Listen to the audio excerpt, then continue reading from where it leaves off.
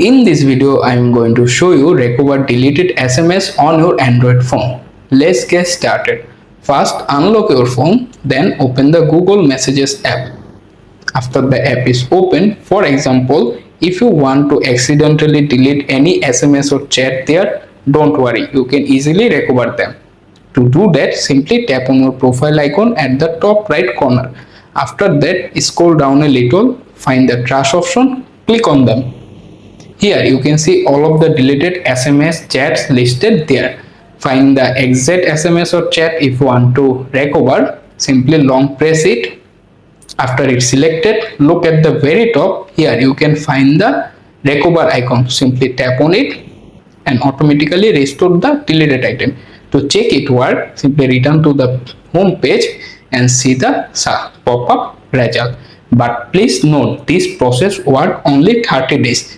Before it automatically delete. You can see the pop-up message.